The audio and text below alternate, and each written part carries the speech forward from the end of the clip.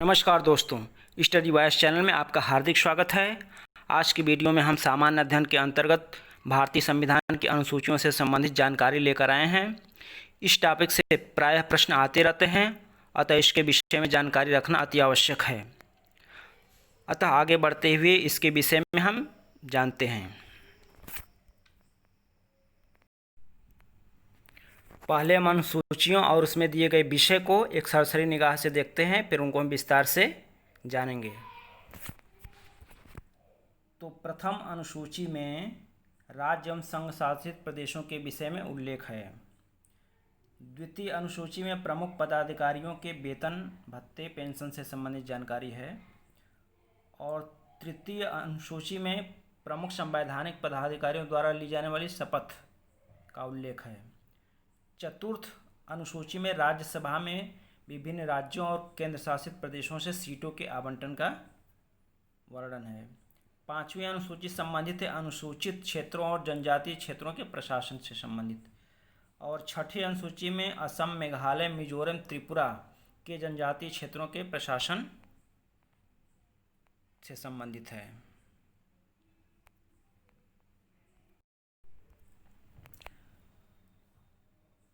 सातवीं अनुसूची में केंद्र और राज्यों के बीच विषयों का बंटवारा है। और आठवीं अनुसूची है भाषाओं से संबंधित। और नौवीं अनुसूची जो है भूमि सुधार संबंधी कानूनों से संबंधित है। 10वीं अनुसूची का संबंध दल बदल से है। 11वीं अनुसूची पंचायती राज व्यवस्था से संबंधित है। और 12वीं अनुसूची शहरी स्थानीय निकायों से संबंधित है। अब हम अनुसूचियों तथा उसमें निहित विषयों के विषय में विस्तार से जानते हैं। तो प्रथम अनुसूची में भारत के राज्यों एवं केंद्र शासित प्रदेशों का उल्लेख किया गया है। और वर्तमान में भारत में 28 राज्य एवं 9 केंद्र शासित प्रदेश हैं, तो इनका उल्लेख प्रथम अनुसूची में दिया गया है। द्वितीय अनुसूची, तो दूसरी अनुसूची में बड़े संवैधानिक पदाधिकारियों के वेतन भत्ते और पेंशन का वर्णन किया गया है। इसके अंतर्गत राष्ट्रपति, राज्यपाल, लोकसभा के अध्यक्ष और उपाध्यक्ष, राज्यसभा के सभापति तथा उपसभापति, विधानसभा के अध्यक्ष एवं उपाध्यक्ष,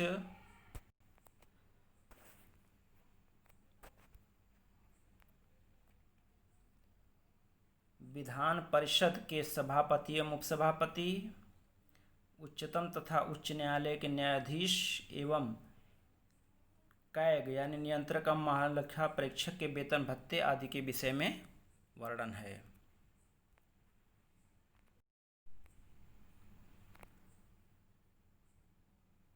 अब तीसरी अनुसूची में देखते हैं क्या है। तो तीसरी अनुसूची में प्रमुख संवैधानिक पदाधिकारियों के शपथ ग्रहण से संबंधित प्रावधान है। इसके अंतर्गत संघ के मंत्री, संसद सदस्य, उच्चतम न्यायालय के न्यायाधीश, राज्य के मंत्री, विधानमंडल के सदस्य, उच्च न्यायालय के न्यायाधीश आदि के शपथ संबंधी प्रावधान है।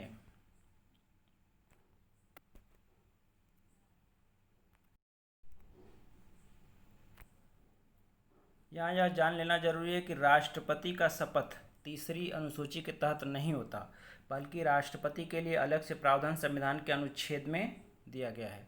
उसी तरह उपराष्ट्रपति का शपथ अनुच्छेद 69 के तहत होता है और राज्यपाल अनुच्छेद 159 के तहत शपथ ग्रहण करते हैं। तो इन प्रमुख पदाधिकारियों का शपथ ग्रहण संविधान की तीसरी अनुसूची के तहत नहीं होता है। इससे संबंधित प्रश्न आ चुके हैं। अब चौथी अनुसूची के विषय में देखते हैं। तो चौथी अनुसूची में राज्यसभा में सीटों के आवंटन से संबंधित प्रावधान है। इसमें 28 राज्यों एवं 3 संघ शासित क्षेत्रों से राज्यसभा सदस्य चुनकर आते हैं। 3 संघ शासित क्षेत्र राज्य कौन से हैं जिनसे राज्यसभा में सदस्य आते हैं? तो उसमें जम्मू कश्मीर संघ शासित प्रदेश जिससे 4 राज्यसभा सदस्य आते हैं, दिल्ली राष्ट्रीय राजधानी क्षेत्र जिससे 3 राज्यसभा सदस्य आते हैं, और पुदुचेरी से 1 राज्यसभा सदस्य चुनकर राज्यसभा में आते हैं।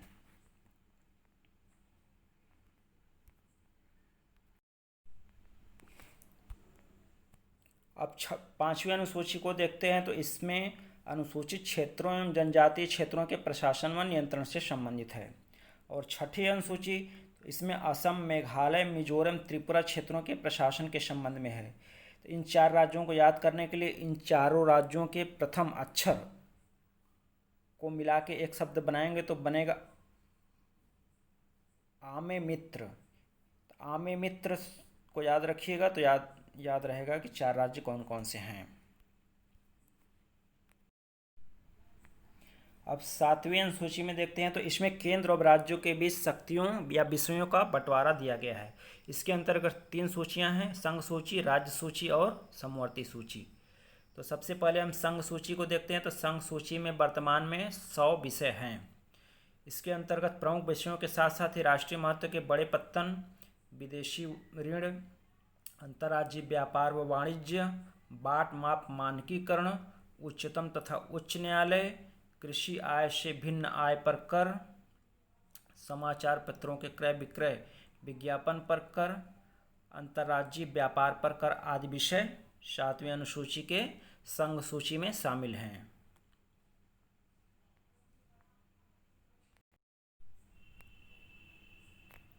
अब राज्य सूची के अंतर्गत वर्तमान में 61 विषय शामिल हैं। पहले 66 थे, अब 61 हो गए हैं।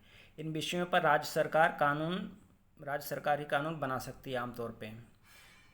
तो इसके अंतर्गत कारागार, कृषि, सिंचाई, मत्स्ययन, खनिज विकास, मेले, भू राजस्व, कृषि आय पर कर, माल के प्रवेश पर कर, समाचार पत्रों से भिन्न माल के क्रय विक्रय पर कर, समाचार से भिन्न विज्ञापनों पर कर तथा विलासिता कर आदि विषय शामिल हैं। इस पर राज्य सरकार कानून बनाती है।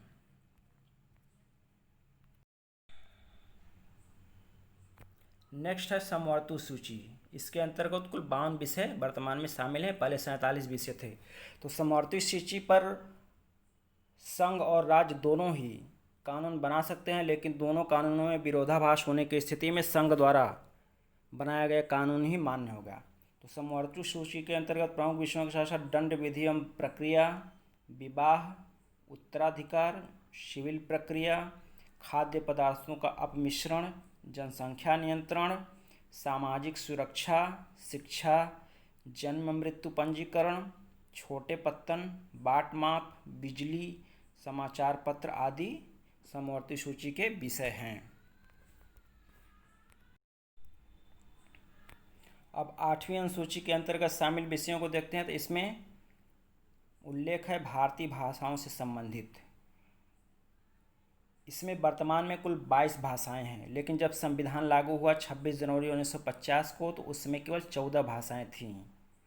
और 21वें संविधान संशोधन द्वारा सिंधी भाषा इसमें जोड़ दी गई 15वीं भाषा के रूप में। इकहत्तरवें संविधान संशोधन द्वारा नेपाली, मणिपुर, कोंकणी भाषा जोड़ी गई। तो इस 71वें संविधान द्वारा कौन सी 3 भाषाएं जोड़ी गई? तो इसको आप इन शब्दों के पहले अक्षर न, म, क, नमक से शब्द बना के याद रख सकते हैं। और 92वें संविधान संशोधन द्वारा बोडो, डोंगरी, मैथिली तथा संथाली भाषाएं जोड़ी गई। इसको भी आप इन चारों भाषाओं के पहले अक्षर को जोड़कर एक शब्द बना सकते हैं, बोडमास। तो बोडमास से आपको चारों भाषाएं याद रखेंगी। अगर पूछ लिया कि 92वें संविधान द्वारा कौन सी भाषाएं सम्मिलित की गई थी या कौन सी इसमें सम्मिलित नहीं की गई थी, इसमें से 3 विकल्प दे के एक और कोई अन्य दे दें, तो आप इसको बोडमास शब्द याद रहेगा तो आप आसानी से लगा सकते हैं। इस प्रकार अब 8वीं अनुसूची में कुल 22 भाषाएं हो गई हैं।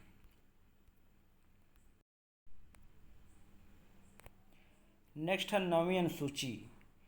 तो 9वीं अनुसूची का संबंध भूमि सुधार संबंधित कानूनों से है। 9वीं अनुसूची मूल संविधान में नहीं थी, बल्कि इसे पहले संविधान संशोधन द्वारा 1951 में जोड़ी गई है अनुसूची। और इस अनुसूची में शामिल कानूनों को पहले न्यायालय में चुनौती नहीं दी जा सकती थी, लेकिन बाद में सर्वोच्च न्यायालय ने निर्णय दिया कि इस अनुसूची में शामिल विषय को भी न्यायालय में चुनौती दी जा सकती है। तो वर्तमान में अब इस सूची में शामिल विषयों को भी न्यायालय में चुनौती दी जा सकती है। नेक्स्ट है 10वीं अनुसूची। तो 10वीं अनुसूची का संबंध दल बदल कानून से है। और 10वीं अनुसूची जोड़ी गई थी 52वें संविधान संशोधन द्वारा। कब जोड़ी गई थी? 1985 में। अगर पूछे कि कब जोड़ी गई तो 1985 में। किस संविधान संशोधन द्वारा? तो 52वें संविधान संशोधन द्वारा। अब देखते हैं 11वीं अनुसूची। तो 11वीं अनुसूची का संबंध पंचायती राज संस्थाओं से है और यह 73वें संविधान संशोधन द्वारा 1992-93 में जोड़ी गई थी। 92 में कानून पारित हुआ और 93 में लागू हो गया, इसलिए 92-93 माना जाता है। और 11वीं अनुसूची में पंचायती राज से संबंधित कुल 29 विषय शामिल हैं। नेक्स्ट है 12वीं अनुसूची। तो 12वीं अनुसूची का संबंध शहरी स्थानीय निकायों से है।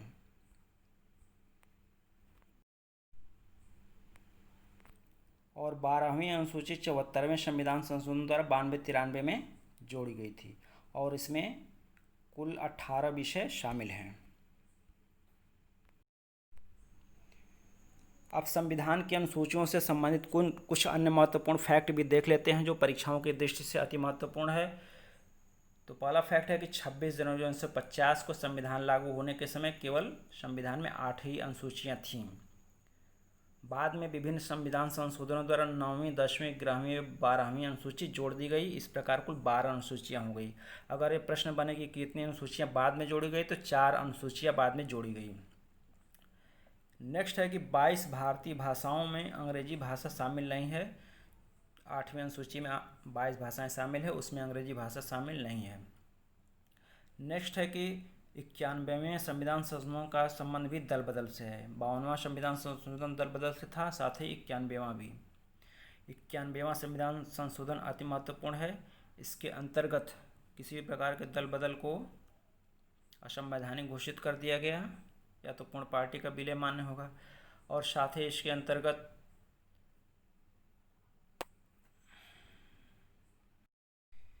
ये प्रावधान किया गया कि कुल सांसदों या कुल विधायकों के 15% से अधिक मंत्री पद नहीं होगा।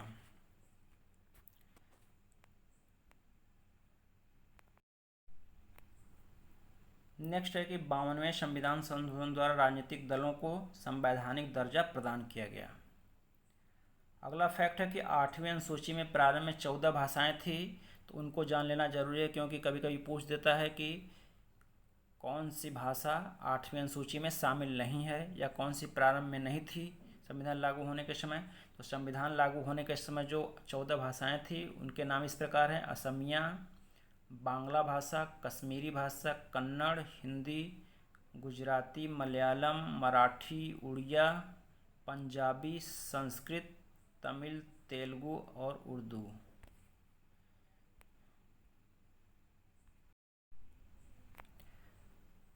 तो 14 भाषाओं के अलावा जो बाद में जोड़ी गई भाषाएं हैं उनको जान लेते हैं कब कब जोड़ी गई।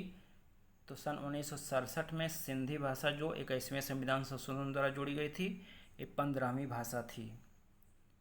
और 1992 में नेमको यानी नमक, नेपाली, मणिपुरी, कोंकणी भाषाएं जोड़ी गई। इस प्रकार से 18 भाषाएं हो गई थी।